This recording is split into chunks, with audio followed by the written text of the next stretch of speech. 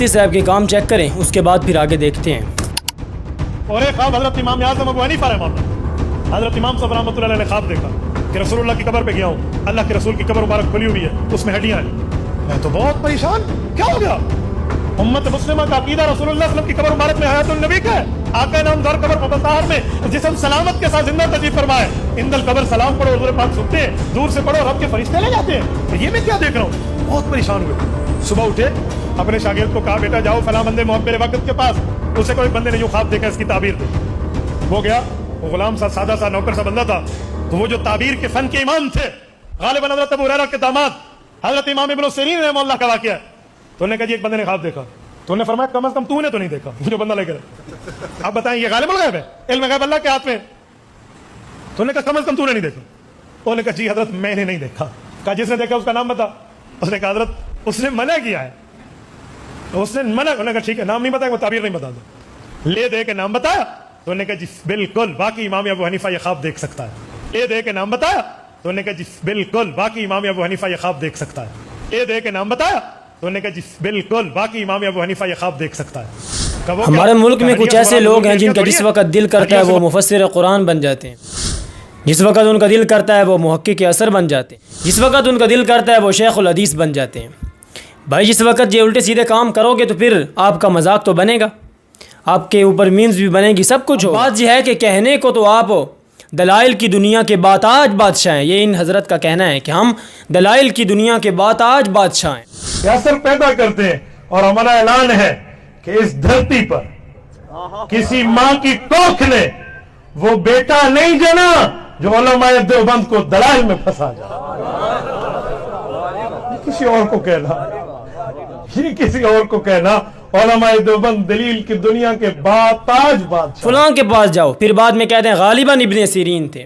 بھائی جس وقت آپ ایک ایسا خواب بیان کر رہے ہو کہ جو بظاہر امت مسلمہ کے عقیدے کے خلاف ہے، کیونکہ امت مسلمہ کا عقیدہ ہے کہ رسول اللہ صلی اللہ علیہ وسلم کا جسد اطہر اپنی قبر مبارک کے اندر بالکل اسی طرح محفوظ ہے جس طرح کے صحابہ اکرام نے رکھا تھا، تو جس وقت آپ ایسا عقیدہ بیان کر رہے ہیں تو پھر یہ غالباً اور فلاں کیا ہوتا ہے؟ سب سے پہلے تو آپ اس کی سند بیان کرو نا، جب اس کی سند بیان کرو کہ جس نے بتایا اس کا نام ذکر کرو، تب جا کر چیزیں جو ہیں وہ ثابت ہوتی ہیں۔ سب سے پہلے تو میں اس کی سند بیان کرتا ہوں کہ یہ خواب کہاں لکھا ہوا ہے اور اس کی سند کے اندر کون کون سے راوی ہیں، کیا اس کی سند درست ہے یا نہیں۔ یہ ہے کہ نہ تو کتاب کا نام ہے نہ سند ہے، اور فلاں فلاں اور غالباً یہ کیا ہے؟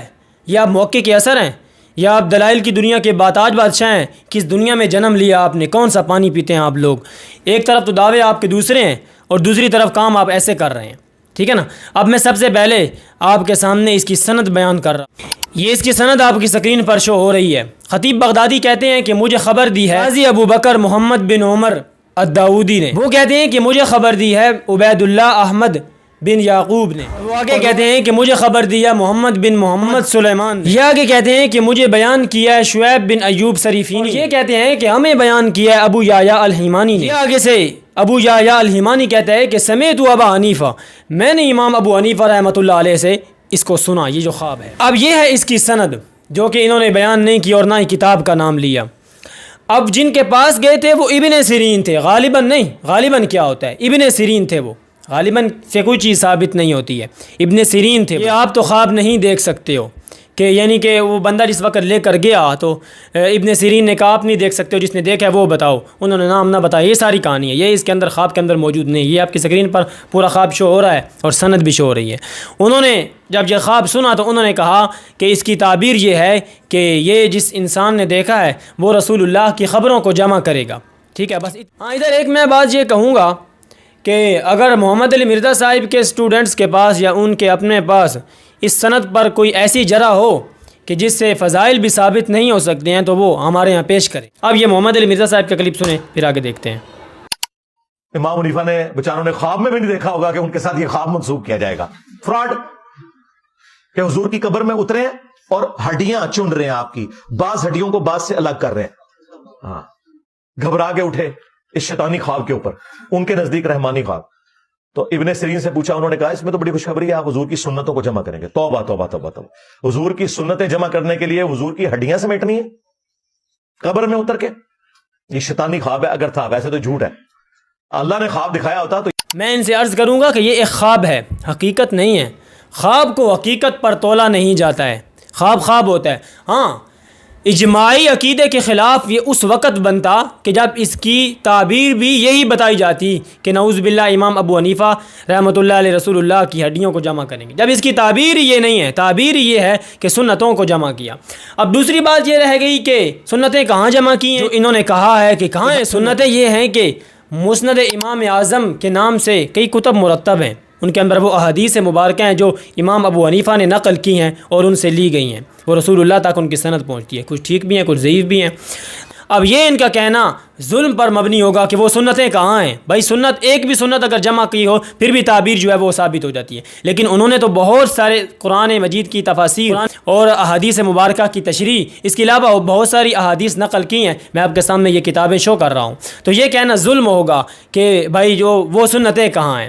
تو ایک بات تو میں مفتی صاحب سے کہوں گا کہ بھائی خدا کے لیے جب آپ دلائل کی دنیا کے بے تاج بادشاہ ہیں یا باتاج بادشاہ ہیں تو وہ دلائل ہمیں تو نظر نہیں آ رہے، وہ کہاں۔ اور دوسرا محمد علی مرزا صاحب سے کہوں گا کہ بھائی خواب خواب ہوتا ہے، ٹھیک ہے نا، خواب کی تعبیر، کسی کو بھی خواب کچھ بھی آ سکتا ہے جب اس کی سند درست ہے۔ ہاں اگر آپ کے پاس سند پر جرح ہے تو آپ پیش کریں۔